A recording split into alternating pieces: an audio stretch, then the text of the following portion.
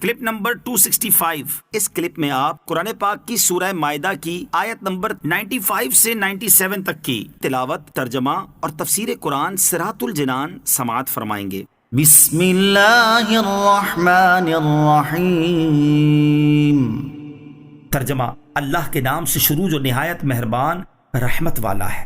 یا ایہا الذین آمنوا لا تقتلوا الصید وانتم حرم ومن قتله منکم متعمدا فجزاء مثل ما قتل من النعم يحكم به ذوى عدل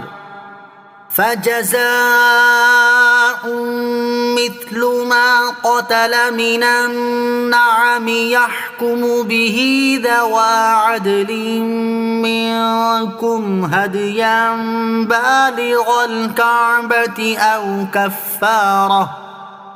أو كفارة طعام مساكين أو عدل ذلك صياما ليذوق وبال أمره عفى الله عما سلف ومن عاد فينتقم الله منه والله عزيز ذو انتقام۔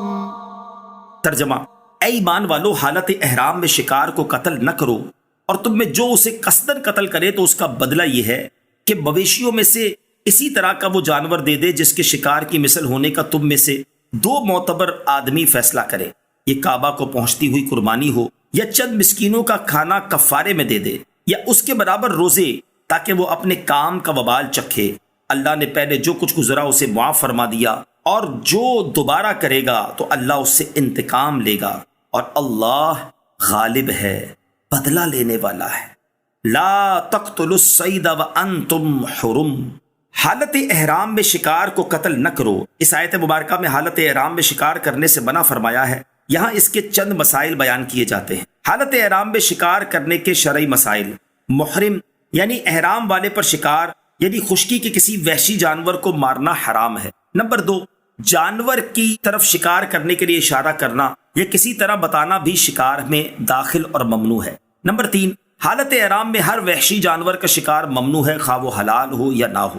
نمبر 4، کاٹنے والا کتا، کوا، بچھو، چیل، چوہا، بھیڑیا اور سانپ، ان جانوروں کو احادیث میں فواسق فرمایا گیا ہے اور ان کے قتل کی اجازت دی گئی ہے۔ نمبر 5، مچھر، پسو، چیونٹی، مکھی اور حشرات الارض اور حملہ آور درندوں کو مارنا معاف ہے۔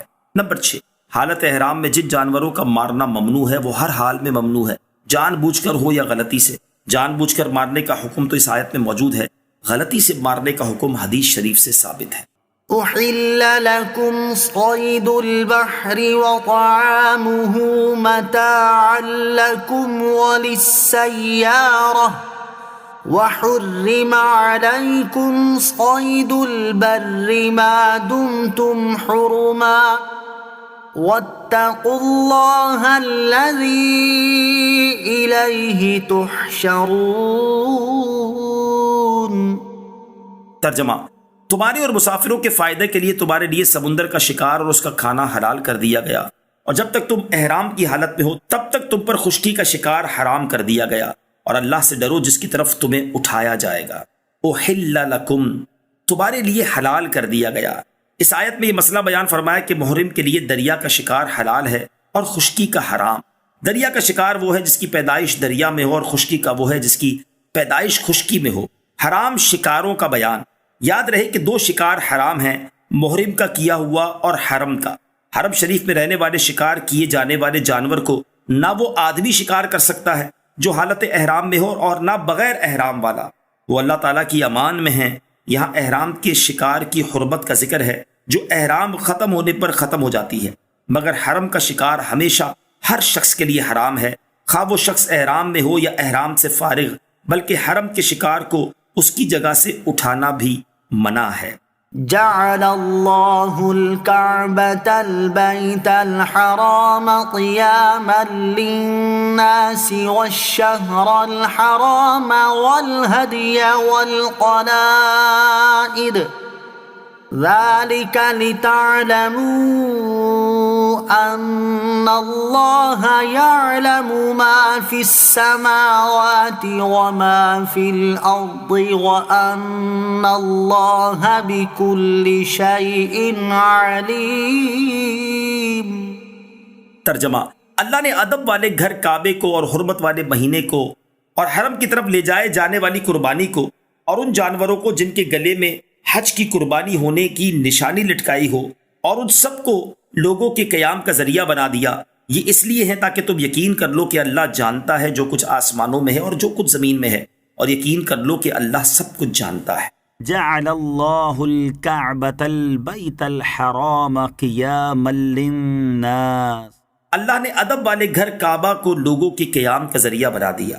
اللہ عز و جل نے خانہ کعبہ کو لوگوں کے لیے قیام کا باعث بنایا کہ وہاں دینی اور دنیاوی امور کا قیام ہوتا ہے، خوف زدہ وہاں پناہ لیتا ہے، ضعیفوں کو وہاں امن ملتا ہے، تاجر وہاں نفع پاتے ہیں، اور حج و عمرہ کرنے والے وہاں حاضر ہو کر مناسک ادا کرتے ہیں۔ لہٰذا یہ اللہ عز و جل کی بڑی نعمت ہے۔ یوں ہی ذو الحجہ جس میں حج کیا جاتا ہے، اور ہدی کے جانور ان سب کے ساتھ بھی دینی اور دنیاوی امور وابستہ ہیں کہ اس کے گوشت سے غریبوں اور امیروں کا گزارا ہوتا ہے اور اس سے ایک رکن اسلامی ادا